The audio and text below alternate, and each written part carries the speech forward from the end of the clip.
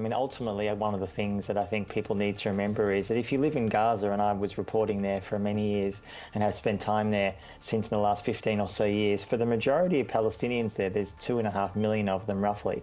It's a blockade imposed by Israel and Egypt. And that means basically you don't have freedom of movement, you can't leave when you want, you can't say study outside the country very easily.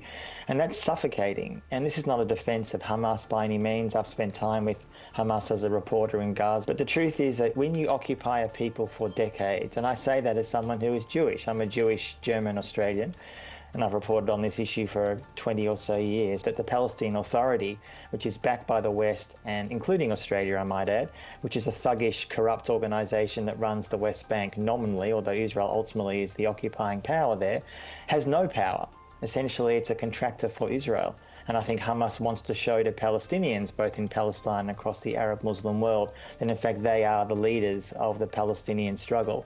And I think also finally, I mean, obviously I can't clearly get inside Hamas's head, but I think it seems quite likely that a lot of people in the Palestinian movement, both in Australia and around the world, are so infuriated with years and years of Western silence. You cannot continue to behave like this as a Jewish state, a self-described moral state, and expect Palestinians simply to lie down and accept it. Of course.